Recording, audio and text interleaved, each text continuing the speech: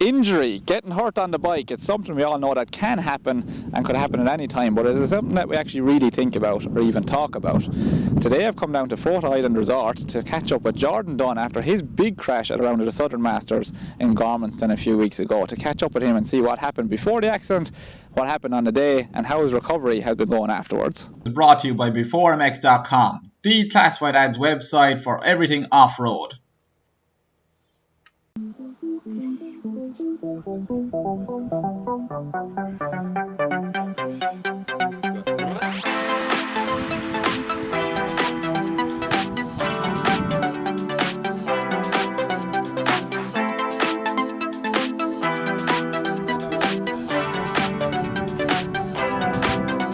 Right, thanks very much then, Jordan, for meeting with us, and obviously we're going to talk about your injury that happened a few weeks ago as the main point of the video. But before we start into all that, maybe just give us a background as to what was your plans for this year and how it looked for you and who was supporting you with it. Well, this year I was just back on the bike. I had a good winter under my belt. My plan was to do the MX Nationals and Race Series Championship and the Southern Centre.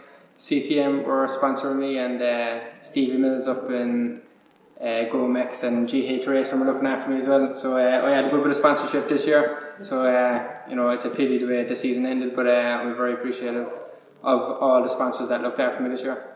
Absolutely, yeah, and you were very good with us and Before MX for your time as well in the interviews, and something that came up time and again was get through the year healthy, just get the season under my belt. So maybe if you want to give us a recap as to where that thought came from. The last couple of years you had some big crashes as well. Yeah, like I'd be the first to say, when you're sitting on the side of the track, it's not good for sponsors. I didn't do a full motocross season since 2016, and in 2016 I was running I think 5th overall in the Irish, and I was running 2nd in a race, and I was absolutely buzzing, and I was kind of riding over my capability, I will say, and I ended up breaking my shoulder and I had to get a bit of plastic surgery on my face, but but that was grand. I was back on the bike after like 4 weeks, it was grand, that was the first injury I had in I think 6-7 years, so it didn't really bother me. Then in September I was up in the Supercross in Dublin, and it was just a potluck, like the ruts, the face of the jump, the ruts caught the foot pegs, and I ended up breaking my scaphoid, which we thought was alright, a scaphoid break isn't that bad back then, and I spent 10 weeks in a cast, and then I went up to the hospital and they said, you have 2 fractures, and I was like, what else is going to happen? I ended up spending 18 weeks in a cast, and I lost all the ligaments and the tendons and stuff in my hand, and I went back on the bike then. Is that something that still bothers you now? Absolutely. Like I'm back on my bike now, and my hip, people are asking me, what was the hip like? The hip is grand, nothing ever happened. It's just a wrist, like a scaphoid break. It can end everything. But I was very fortunate now. I have to do an awful lot of work. I have to probably stretch my hand, I'd say 4 days a week. If I don't stretch my hand, there's no bikes for me. But I went back on the bike then in January, so I was off from September to January, and I didn't rush it back. I gave it a good recovery time. I put my head down, kind of got the fitness back up, and in March I ended up breaking my left hand in Bird Hill. So I was like, grand. But what we didn't actually know was I reckon I broke the right hand that day as well. Okay. And because a scaphoid, it's painful, but it's not, you can ride through the pain, And just to be clear, this was 2017. This was going into 2017, and so that was grand. I was in college, so I got the left hand casted. That was grand, my left scaphoid is perfect, and I was delighted I was back on the bike after 10 weeks, which is actually alright after a scaphoid break. Yeah, definitely, And I remember doing 2 laps and I had to pull in. My right hand was killing me. I was like, what else can happen? I was like, I'm not going back to the hospital. Because I was like, it will get better. It will heal eventually. Yeah. That was in March, and in June of 2017. In June, I was doing a long press for Athlone, and I came off and I got a gash here, and I had to get it in the hospital. I had to get it stitched up. And I just asked them, I was like, look, can you x-ray it? Cause I was like, I'm having a bit of problem. And it turns out it was broken all along. Oh, no. But the fact that I rode the bike with it for a couple of weeks, it would have broken. It ended up warping the bone. Okay. And kind of rotted a bit as well. So did the operate on that. But so I suppose there may be a lesson there as well if somebody else has an injury like it, just to be careful of it and don't take the chance. Like an X-ray, like you might be waiting 2-3 hours for an X-ray, and you know it might cost you 150 €, but you know for definite then that does nothing wrong with you. You know, like I reckon, like you know, if we did get the operation, you know, it would have been first day, like you know, it was grand. Yeah. And I came back from that in 2017. 2018, then I ended up 2018. Now, one I heard about, now I'm not sure if this is the incident that you're trying to think of yourself, was a big crash up in Athlone. There was a big step up there, is that right, where you had an off? Would that be correct? That was in 2017 or 2016. That was when I broke my shoulder. The throttle stuck open on the face of the jump. Right, okay, it was a pretty gnarly crash. Like it made waves in the motocross industry in Ireland, right? It had a big off up there, you know. Yeah. But I missed a good bit of time in 2018, like, and Joe, it was over the sand, like, but I was finally back. I was back on the bike in October, like, so I had a really good winter on me, and like as I was saying to you in the interviews, like, all I wanted to do was finish the season, because like, you know, the sponsors I have, like, they're so good to me. So like, the majority of sponsors like that, people have, I guarantee if they had injuries for 2 years in a row, they wouldn't be getting sponsored. Like, with the likes of Stevie Mills and Gavin Craigie and the likes of them, like, you know they're what the sport needs. And I was back in the beginning in October, and I got a good winter under my belt. And you know, I remember talking to you in Bournemouth. I was delighted. I got I think a 4th or 5th, and I think it was like an 8 or something in the race. But I was just delighted to be back in the race. Like I was sick of being a spectator. Just to wind back a little bit. So what was it in 2018 then? Was the incident that you had? It was the right hand. The right hand was giving you trouble all that time as well. Yeah. So I finally, like, it took me a while, but I kind of, you know, took a step back to get the hand sorted, because I was sick of riding around. Yeah, absolutely. Problems, Like, okay, so that brings us up to the start of this season, then, the 2019. And as you said, we spoke in Bournemouth and Cork, and I think at a practice day earlier in the year as well. And it was that thing, just stay healthy, get through the year. Yeah, absolutely. So round 1 was a good solid start for you. Yeah, round 1 was good. I remember round 2 in Tandragee. You know, I was riding good in Tandragee. It's just I had no luck. In qualifying, you know, obviously the hassle with the time, but then like with so that I qualified like 6th or 7th. You know, it is what it is. And race 1, I went out, and I think I got 3rd or 4th off the start. It was a decent start. And I spun the bike out, and she just high-sided me off the bike. I was grand, you know, I just kind of like ran it off. And I came back, I don't even know where I came back there. Race 2 then. Race 2, I was running, I think it was top 5, top 6, and I fell again. I was like grand, you know, and next thing, race 3 was just a disaster of a race for me. But, you know, even though it was bad again for me, I wasn't really worried. Yeah. You know, like a lot of these guys are racing, you know, have loads of races under their belt. Like I probably have, in the last like 2 years, I probably have 10 events under my belt. Like, yeah, you know, that's not, compare that to other people who were, you know, MX Nationals every other weekend, Ulster, Irish Championships, Sunset. I went to MX Nationals, and I was really fit in the off season this year, and I went to MX Nationals. I was doing 25-minute rollers in Sandy Valley, and there wasn't even a sweat broke off me. And I went over to Sherwood, and I remember, I think I was on like the 3rd lap, and I couldn't even breathe. Really, I was breath just so the much. intensity from racing. The intensity, I wasn't used to it. Like, you know, replicate it, as in, like, I was going to corners, you know, like I was using the race, and like next thing people were coming up the inside of me, and you know, stuff like you wouldn't, you know, in practice you don't have to worry you don't have about, to deal with it, and it's making you cramp up and tighten up. And absolutely, like, you know. Okay, so then round 1 was Vernon Mount. Okay, solid start. Round 2 was Tandragee in the National Irish Championship anyway, and you know, a so-so day for you. We didn't make it to round 3. No, we didn't see it at Robinson. So what happened in between then?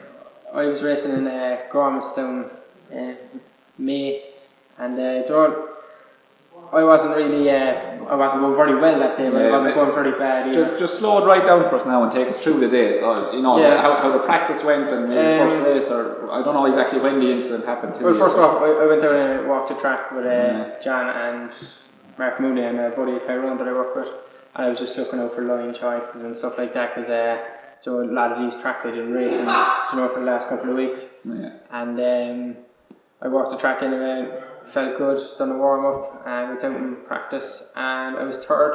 The times weren't good, but you know, I'm never a good person to qualify. I'm always kind of like better racer than qualifying, absolutely.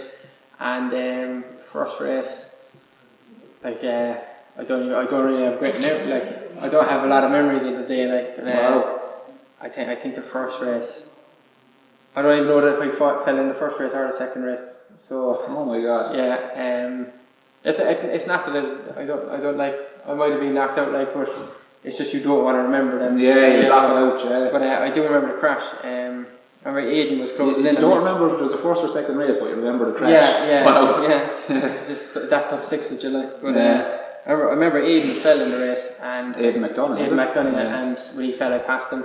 I was in third. Bird and McCall were gone, and Aidan was coming back up to me. He was a lot quicker than me that day, and like, for people saying that I crashed because I was tired, I was not tired. Like, you know, I was really fit. Like, and I was actually waiting for Aidan to pass me because I couldn't go any faster, and I wasn't going taking any chances. Because I wanted to finish the season. And I came over this jump, and I remember I hit it the lap before. What kind of a jump was it? It's a tail top or a double? You come over, it's kind of, I think it's a tail top, and then it's a straight and then small ski jump. It's like a little single like that. It's like a whoop out of a supercross, like, and I was hitting it in the middle, but everyone was hitting it in the middle, and I got a bit of a kick. So I was like, right, next lap around, I'll change lines, because I was like, you know, I don't want to high cycle now. So I'll move to the left. It's a fresh. I had a quick look over, and it was a fresh jump, you know. So it was a grand. And next thing, I was coming up to it, and I knew 5 feet in front of it that it was a gun. Oh no! And so like, so as you were coming to this, I was coming to 5 foot in front of it, you knew in your mind this is not going in. That's the worst thing that can happen just on a bike when you know you're going to have a big off. But I came off the jump, I moved to the left, and as I said, 5 feet. I knew I was going through in my head like it sounds mad thinking it now, but you can think this fast on it. Like, I was saying it's too fast to jump off. You know, it was 4-gear pin to jump off, like, you know, on a 450. God only knows what would happen. Like. So what I said I'd try to do was, the jump is like that, I'd try to wheelie it. I'd try to just lift over it, and just, you know, if I kept the thing pinned, like, she might take it. She might take it, and she might pull me out of it, like. But the only thing I remember then was my legs were, like, my feet were parallel with the saddle, and obviously the bars got ripped out of my hands. I don't remember flipping or any of that stuff. I didn't remember getting up, but it was my buddy Tyrone that I work with. He said to me, "Yeah, you got up." And then it was like a flashback. I remember it. Then I remember I was worried that Aidan was going to hit me because he was right on my tail. So I got up. When I got up, I went to move left, and I looked around. He was on the left. So I went to run right. So I kind of got up again. And when I got up, my leg was still on the floor. And I looked at it, and I was like, "Oh God, that's not good at all." Like, so I went to run. Like, I don't know, I tried to run anyway. I don't know, did I collapse? I don't know, did I faint? Did I throw myself against the ditch? I don't know. But I remember being on the floor winded, and the first thing that came to me was like, how much bad luck can one person have? You know, it's like, after that then the memories are kind of getting very vague. Tom Segretti said to me that he seen me and he put his bike in front of me. You know, I don't remember that. Aidan back on the text me that day, the day after, like, he stopped and all, and he looked back and he seen me getting up, so he presumed I was alright. Like, so, you know, first credit to the fella stopping in the middle of the race. And I took off the helmet because I get very claustrophobic when I fall. It's just a thing I have. I have to get my helmet off. It's not a good thing, I know, in case you have back injuries. But still, from a breathing point of view, it's and just stuff. The helmet, you know, you have so much stuff on, like, and I can't breathe, like, so I took off the helmets and I was panicking then that my gloves were on me, you know, stuff like that. Like.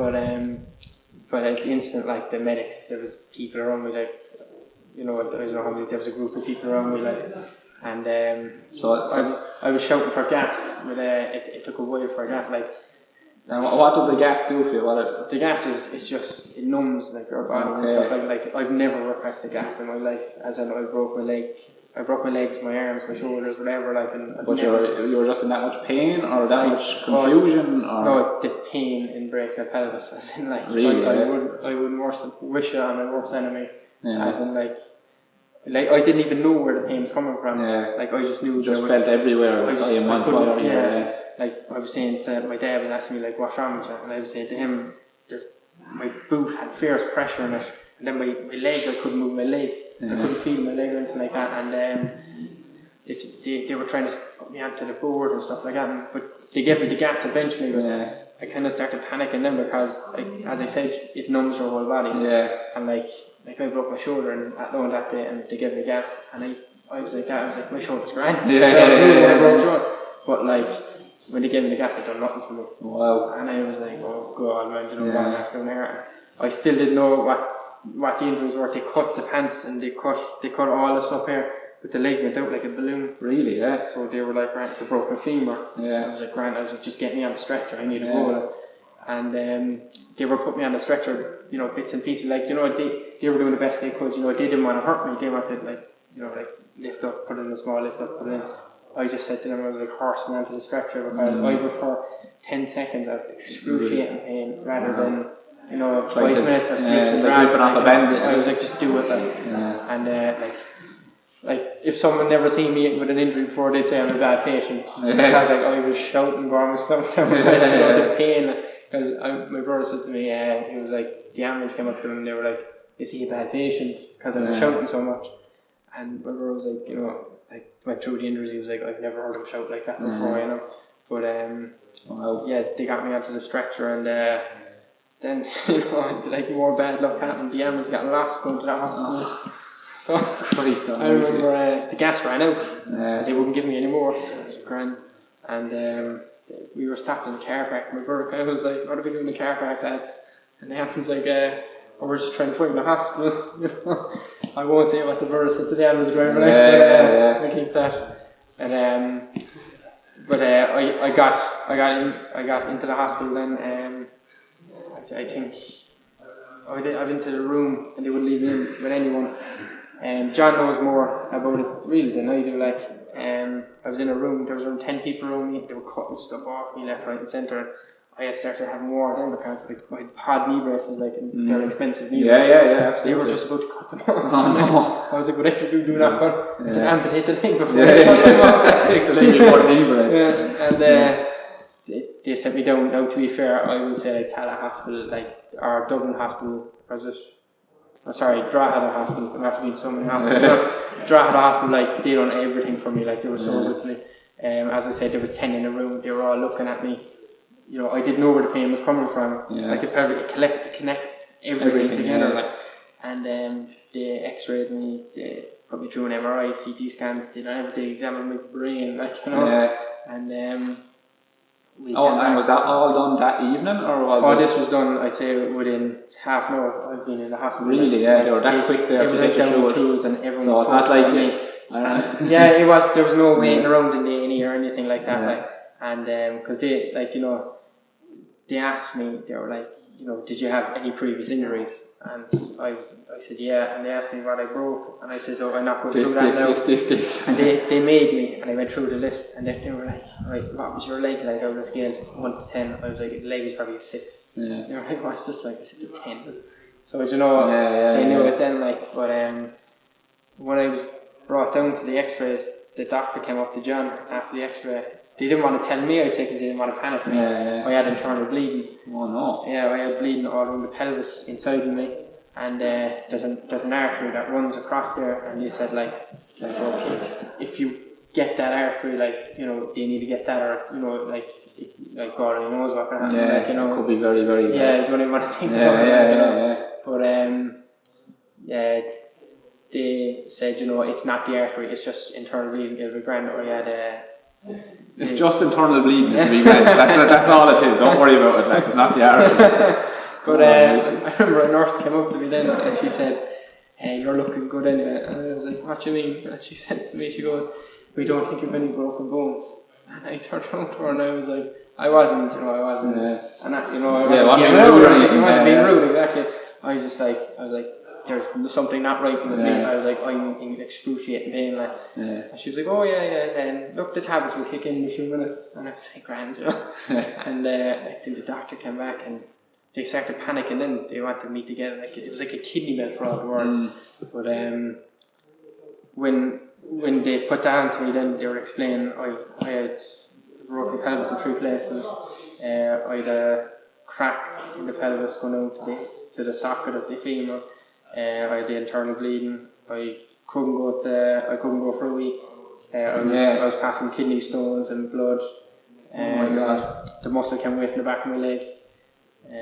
I had pretty bad burns from flipping so much, from going through the air and hitting the ground. Really, yeah, for just impact. My back was like a balloon, like. Oh my God. It was like my back was But as well. It was fourth year flat out on a 450. Yeah, You were trying to. Yeah, so going and then, like there's a few people said it to me that they seen it and they said that they flipped like 7 or 8 times. Oh my God. I don't know, like I can't say that I did, like Yeah. But oh man, it was disaster. Like so that was the day for you then. So you're coming into the practice, did your track walk, prepared yourself, everything. In the race then, saw a kicker developing, decided okay, I need to move left here a bit, and then that 5 foot before the jump, you knew this is going to be it. And then cartwheel down the track, and by the end of the evening then MRI done, X-ray done, but no diagnosis on a broken bone. That wasn't until later, was it? That was until around I'd say around an hour and a half would have been in the hospital. But one thing I'd like to say is the fella, the talking chap that came with me that day, I just got him into the sport, and he took my bike back. And I was only talking this like a couple of weeks ago. He was shocked that when he went back to my van to load up my van, the van was already loaded up. A load of riders came together and loaded up the van. It's that community spirit was there. Community spirit, like it's brilliant like that. Like, so I just like to say thanks to everyone who did help me out that day. I can't thank you personally because I had a bit on my plate that day, but just thanks to everyone like that. Yeah, absolutely. I mean, that's what makes it the sport that it is. You have to have a community spirit around it, and so we all want to race against each other. It's competitive on the track, but as soon as you see somebody in a difficult situation, everybody's heart sinks. Absolutely. So big up to everybody who helped Jordan out on the day, and I can see here he appreciates it. So. Yeah, no, I do. I was just back to the hospital. I was in a hospital I was in a bed in hospital obviously, but my dad went back to Cork because there's no point in him staying around. And to be fair, my dad was kind of panicking over it. Yeah, sure. As any parent would, Like I'd say, like my dad doesn't want me racing bikes at all.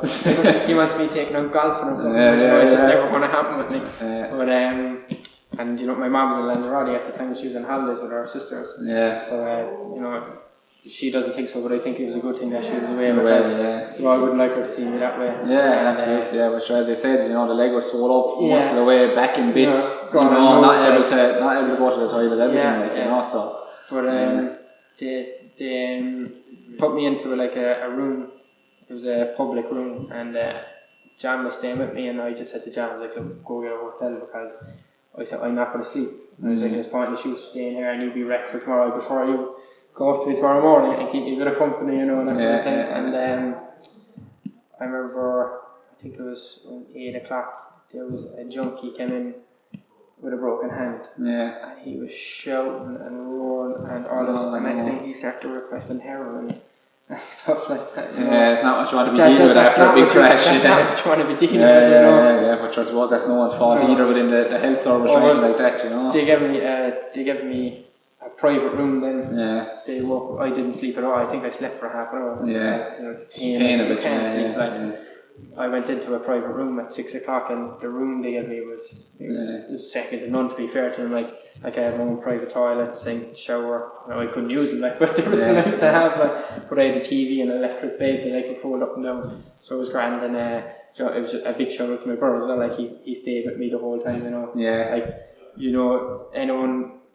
Anyone who went through an injury like that knows it. Like it's nice to have a bit of company. And someone and a familiar face, And like the amount of people that called up to me in the hospital, a big shout out to them and stuff like that. You'd be very appreciative of it.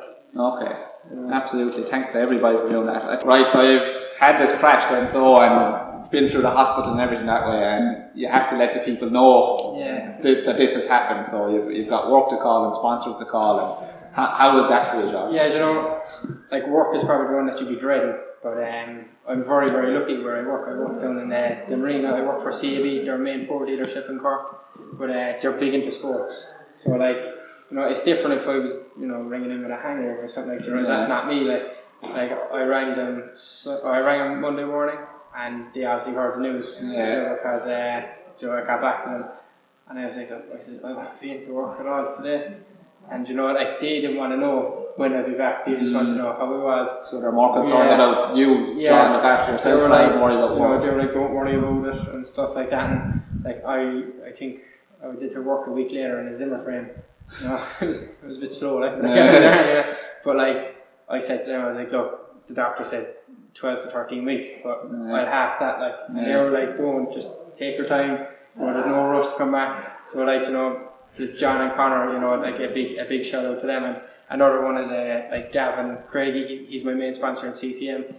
Like he didn't care about me not racing next week. You know, he was just more concerned of me being healthy and stuff like that. Like same with Stevie Mills and you know, GH Racing and stuff like that, and GoMX. Like they rang me I'd say 3 or 4 days afterwards, and you know, they just said, don't worry about it. And I was like, look, I said, I apologise, you know, it's the 3rd or 4th year in a row that I'm after getting broke up. And they were like, you know, don't worry about it, it's nothing you can do. I think, you know, a lot of people kind of know what I went through in the last couple of years, so they know, like, you know, I don't want to be in a hospital. Absolutely. You're not doing it for the fun of it. Like, you know, that's the last place I want to be, is in the cast or in the hospital bed. So, you know, it's just a big shout out to them, so I just like to thank you. If you're in the market for a new car, be sure to check out CAB4 down here in Cork, and if you're in the market for a new bike, be sure to check out CCMRacing up in Dublin, where it's Gavin Craigie heading that one up, and of course you have Steve Mills and GH Racing and GoMX as well. So be sure to support these lads who are supporting riders like Jordan and helping them get to the races, but also when they're down, they're not kicking them when they're down, they're there for them as well. So I think that means an awful lot, you know. They're just good people in general, you know, they're good for the sport, as I said previously, so, you know, big shout out to them. Thank you very much. I think we're now, and we'll come back afterwards to talk about Jordan's recovery since that crash and see what he's been doing in the meantime to get back on the bike again, would you imagine. So we'll catch up with you just after this break. Thank you. And a big thanks to all those supporting Jordan Dunne in his racing efforts in this 2019 season. BeforeMX.com is a classified ads website for everything off-road, whether it's bikes, quads, gear, vehicles, parts or accessories. You can find them all here on the site. If you scroll online now, you can see a fantastic range of bikes from Clonmel Off-Road, Stephen Russell Motocross, HTM Motorcycles and CCM Racing. You can also place your own ad by creating an account and clicking place ad at the top right hand side of the screen. You can log in via your Google account. Click place ad in the top right hand side of the screen, fill out the categories as you would on other classified sites, and at the bottom, if you pick in your voucher code B4MX2019, you can place your ad for free now.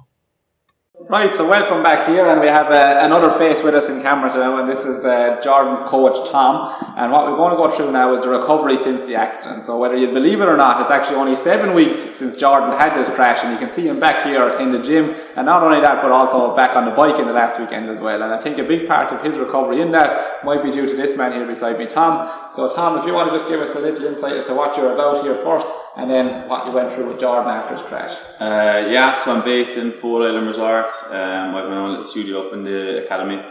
I'm PT, CrossFit level 2 coach, Pilates, loads of different workshops done. My idea of fitness and health is to be able to do what a human should be able to do. So run, jump, flip, lift, climb, and then whatever else specifically. So obviously Jordan is a racer, so his thing is move first and then get fit for racing. And that's the attitude you take towards it. So you've been working with Jordan for quite a long time before this crash. So you would have known his level of fitness and everything that way, and what he was able to do. So just bring us back then to when Jordan came back to you after the hospital and everything. And what was it like the first day back, and what sort of approach did you take? Well, I got the news from Ray. I was coming back. I was after a weekend away in Dublin, and was on to Ray, and he said that Jordan had a big off, so just said a prayer and hoping he was okay. Chatted him the next day. I gave him a text that day. He was obviously out of them painkillers. And he texted me back the next day. He didn't really have a fair idea of how bad it was at the time. Like always, he was like, I said, "How are you, Jordan?" Mint, like, just after having a crash, it's like rumours that your femur is broke, your pelvis is broke. So obviously when he got back to Cork, pretty much the day after you were down here. Yeah, it was 2 days or a day after, I think you're right. So how long was it between the hospital and getting back to Cork? I think I was in hospital 4 or 5 days. 4 or 5 so days. you went on the Sunday and you were back. So it was the Monday you came into me. Yeah. So just over a week after this crash, you were back in with Tom here, thinking, okay, how can we get back on a bike, or how can I get back moving? He rang me. He was like, Tom rang me. He was like, can you get down here? And I was like, she said, no, what we can do down there. I won't show you the reps we were doing. Like, like, you know, I was like, is this what I meant? Bring me back to the gym. Like, or Jesus, I'll pay it off. Like, to be fair, you know. Yeah. So tell us. Me and Ray Casey were in here and we were watching him. He dropped off his mum over there and he was coming in the crutches hobbling, and we were like, "Whoa, you're back." No, he came in. He was in bad shape now. Obviously, he was after bad enough fracture. It could have been a lot worse by the sounds of the crash and going from what people saw. Recovery for that week or to 2 weeks was super subtle. Like. For me, obviously, like doctors and stuff would have different opinions on like rest, do nothing, sit down. Like for me, it's see if we can keep some power through the muscle around whatever affected joint is there, while not doing more damage or letting the thing recover. So it's a real balance between being cautious of the injury but trying to keep things alive. So I was just literally, he was sitting down in the bench inside there, and I was trying to get him to fire all the muscles around the joint without actually moving it. Yeah.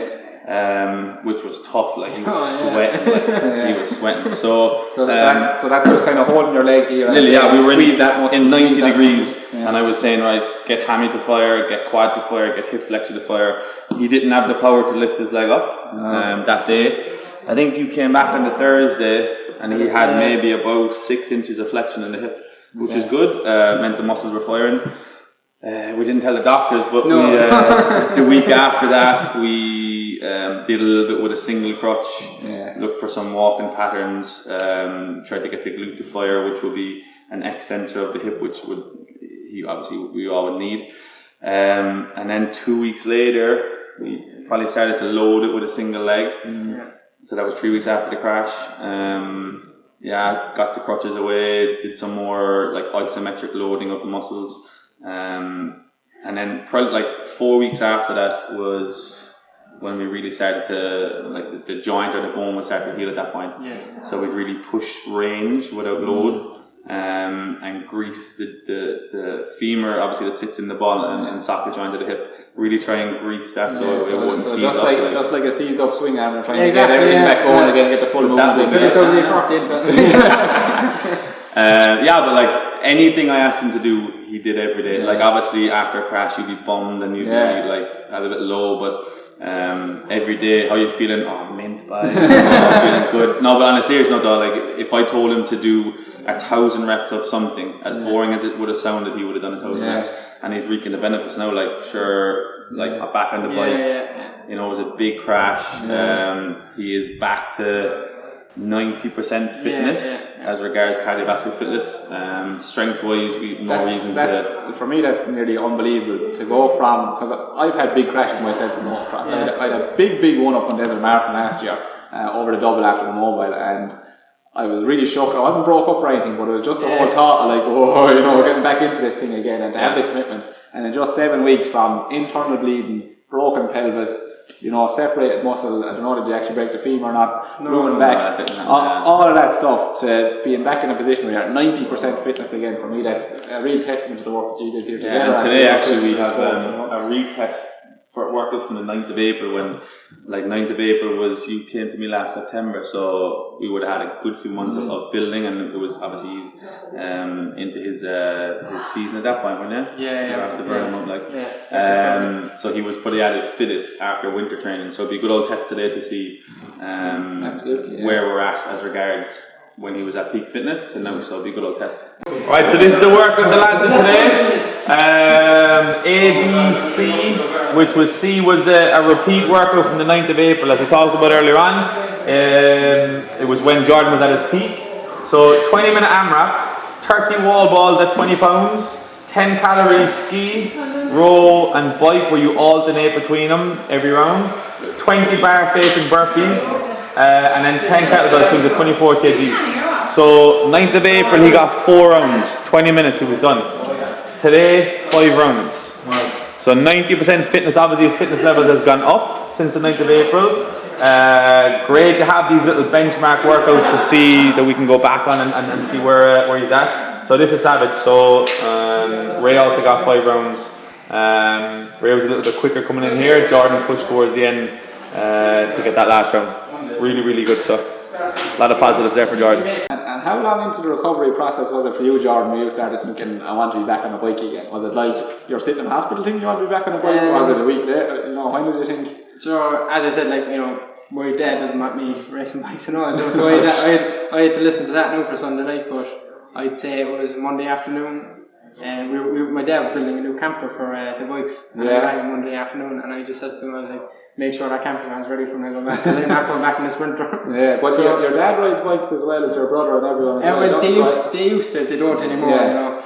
It's just myself now, but like, I'd say it was like, a day after was like I was asking the doctors like, right, what's the recovery rate now? Yeah, you know. To be fair, they were saying like just get back, being healthy, and then walk around the place and and eat your dinner. Yeah, but like even coming back in the back of my head, not knowing what was going on, I was like, right, let's just get him back moving and strong. See where he gets to as regards, you know, like he'd be a bit nervous getting back in the bike after something there.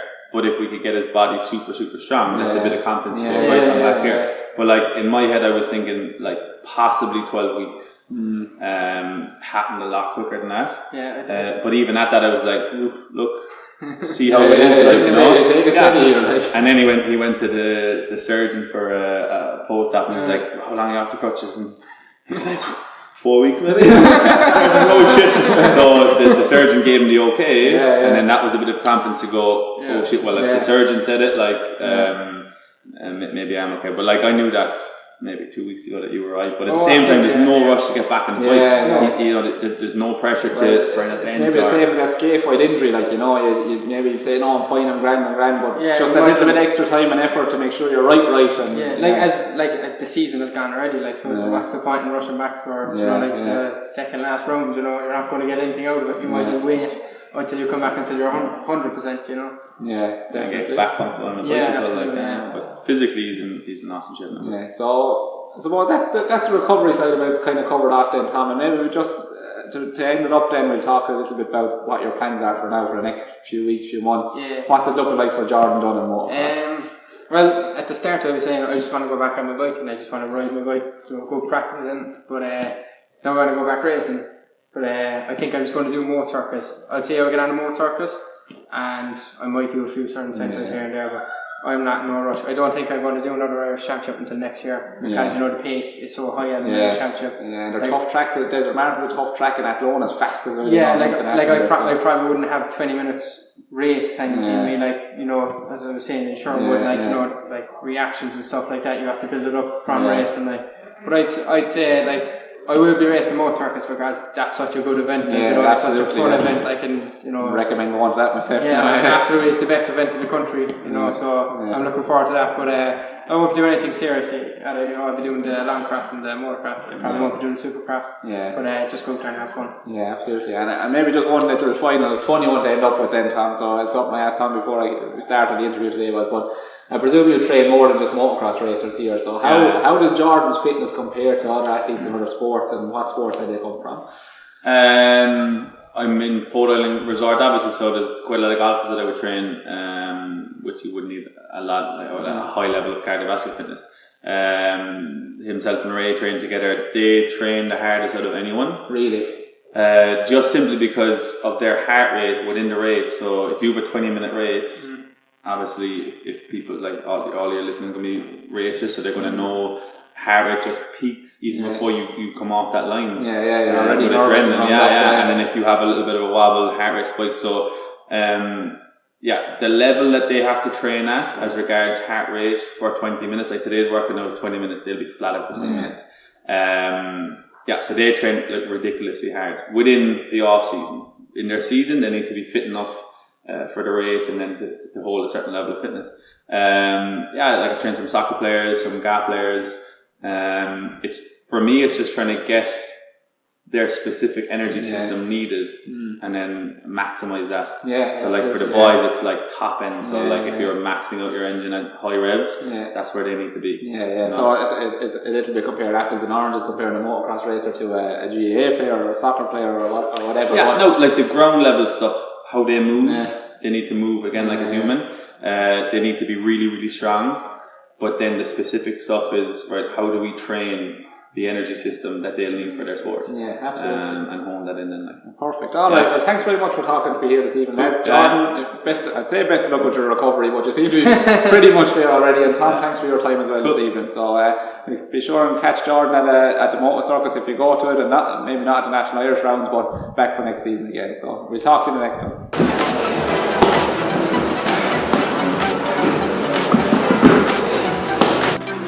Keep back to the mark. There you go. Think about the rhythm. Heavy pulse. Inhale, exhale. Come on. There we go. Great. You got 4 plus into your 5th round. Savage.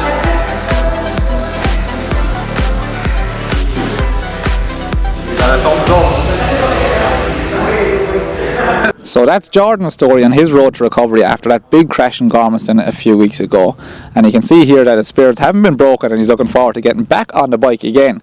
But injury is something maybe we need to think about, either consciously or subconsciously in the back of our mind every time we swing our leg over that bike, and something that can happen to us any time. But yet we still take part in the sport that we love, and we wouldn't change it for the world. Are we mad? Maybe yes, maybe no. I don't know. But hopefully Jordan's story isn't one that will be replicated by too many riders in the country. And we look forward to catching up with him again at the next round of the championship next year, or maybe at some other races at the end of this year as well. We hope you enjoyed the video, and if you like supporting us and BeforeMX more to do more of this kind of stuff, then please feel free to do so by placing an ad on our website beforemx.com, subscribing to the channel on YouTube, or giving us a like and a share.